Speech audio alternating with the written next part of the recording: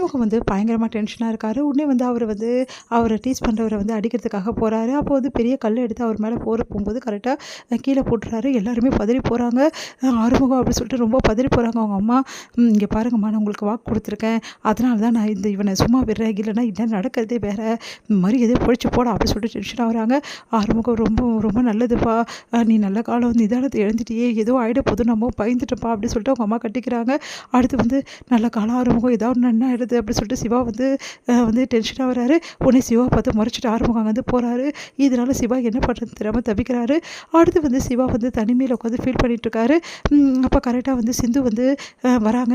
சிந்து வந்து சொல்கிறாங்க, அவங்க மாமியார் வந்து அவங்க பெரிய மாமியார் அவங்க சொல்கிறாங்க, இங்கே பாருமா, சிவா சாப்பிடாம இருக்கா, போய் கூட்டணும் அம்மா அப்படின்னோன்னா, ஐயோ நானா அப்படின்னோன்னா, ஆமாம்மா, நீ பேச ஆரம்பித்து கொஞ்சம் கொஞ்சமாக வந்து பழக ஆரம்பிச்சாதானே மறுபடியும் பிரச்சனையெல்லாம் முடிஞ்சு 2 பேரும் ஒன்றா வாழ்வீங்க அப்படின்னோடனே, ஐயோ வேணாத்த, நான் போகல அப்படின்னு, போமா அப்படின்னோடனே சிவா போய் பார்க்குறாங்க வேறு வழி இல்லாமல். அப்போ சிவா பார்த்து முறைக்கிறாரு, எல்லாம் ஒன்றால் தானே, இன்றைக்கி இவ்வளோ பெரிய பிரச்சனை நடந்ததில்ல, என்னை அசிங்கப்படுத்துகிறாங்களே ஊர் ஊரா, நான்லாம் இந்த உலகத்தில் இருக்க எனக்கு எவ்வளோ கஷ்டமாக இருக்குது தெரியுமா, ஆனால் நான் தவறான முடிவுக்கு போக மாட்டேன், ஏன்னா உன்னை பற்றி இந்த உலகத்துக்கு கண்டிப்பாக நான் தெரிய வச்சே ஆகணும், என்னை அந்தளவு தள்ளிட்டல நீ, எனக்கு ஒரு டாக்டராக இருந்துட்டு என்னை அசிங்கப்படுத்திட்டல நீ, எவ்வளோ கேவலப்படுத்திடுவோமோ அவ்வளோ கேவலப்படுத்திட்டு இப்போ வந்து என்னை சாப்பிட கூப்பிட்றியா, உன்னை மாதிரி ஒரு பொண்ணை நான் பார்த்ததே இல்லை, இன்றைக்கி இந்த ஊரே என்னை அசிங்கப்படுத்துதுன்னா யார் காரணம், நீ தானே காரணம், ஏன் ஆறுமுகத்து மேலே நான் உயிரே வச்சுருக்கேன், ஆறுமுகம் தான் எனக்கு எல்லாமே நினச்சேன், ஆனால் ஆறுமுகமே என்னை ஒரு மாதிரி பார்த்துட்டு போகிறானே, எனக்கு எவ்வளோ கஷ்டமாக இருக்குது தெரியுமா, ஆறுமுகம் இப்படி நடந்துக்கிறதுக்கு யார் காரணம், நீ தானே காரணம்,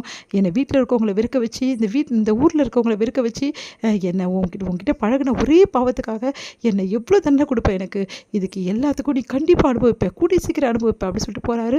அதை கேட்டுட்டு வந்து, என்னை மன்னிச்சிட்டு டாக்டரே, நான் ரொம்ப பெரிய தப்பு பண்ணிட்டேன், ஆனால் எனக்கு வேறு வழி தெரியல டாக்டரே, என்னை மன்னிச்சிட்டு கூடி சீக்கிரம் நான் எல்லாத்தையும் மாற்றிடுவேன் டாக்டரே, நீ கவலைப்படாத அப்படின்னு சொல்லிட்டு மனசுலேயே நினைக்கிறாங்க சிந்து எப்பவும் போல். அடுத்து வந்து ஆறுமுகம் யோசிக்கிறாரு, ஏன் ஃபோன்லேருந்து யார் மெசேஜ் அனுப்பிச்சது, முதல்ல அதை நான் கண்டுபிடிக்கணும், அதுக்கப்புறம் தான் மற்றது எல்லாமே, எப்படி கண்டுபிடிக்கிறது ஒன்றும் புரியலையே அப்படின்னு சொல்லிட்டு ஃபோன் எடுத்து பார்க்குறாரு. எந்த நாளில் இந்த மெசேஜ் எல்லாம் போயிருக்கு அப்படின்னு சொல்லிட்டு ஒவ்வொரு நாளையும் வந்து அனலைஸ் பண்ணி பார்க்குறாரு. இந்த நாளில் இந்த டைமில் போயிருக்கு, இந்த டைமில் நான் என்ன பண்ணிகிட்டு இருந்தேன் அப்படின்னு சொல்லிட்டு யோசனை பண்ணிகிட்ருக்காரு.